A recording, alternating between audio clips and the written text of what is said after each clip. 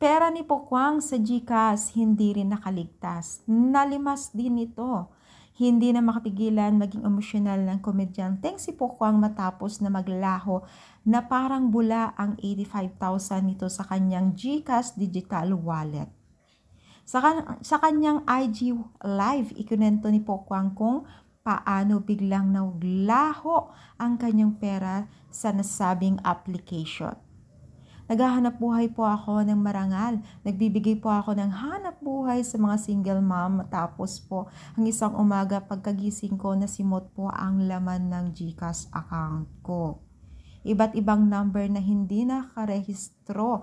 Halos 30 numero na hindi nakarehistro. Ano nangyari sa registration policy ngayon? Ika ni Pokwang. Sobrang nakakayak, binangon ko mag-isa ang negosyong pinabayaan ng taong inahasahan ko, pinagkatiwalaan ko, pati ba naman ito? Ninaasahan ko, biglang nawala.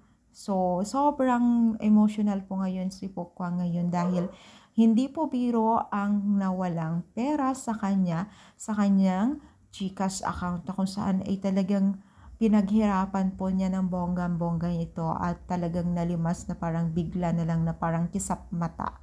So, ano nangyari ngayon sa GCash? Nakakatakot. Kaya, lesson learned sa mga may GCash na kagaya natin na maging aware at hindi wag tayong basta-basta mag-ipon o mag-impok ng pera na ganun kalaki. So, yung tama lang, yung kaya natin tanggapin pag nawala ang ating iimpok dyan just in case, diba? So, kagaya ni Pokwang ay talagang nakakaiyak at sobrang lakas. Hindi lamang si Pokwang nakakaranas ito, marami pa pong iba't ibang nakakaranas nito na mas malaki pa ang nawala sa kanilang application o dito sa kanilang GCash account. Kaya maging aware ang bawat isa sa atin at maging mapagmatsyag.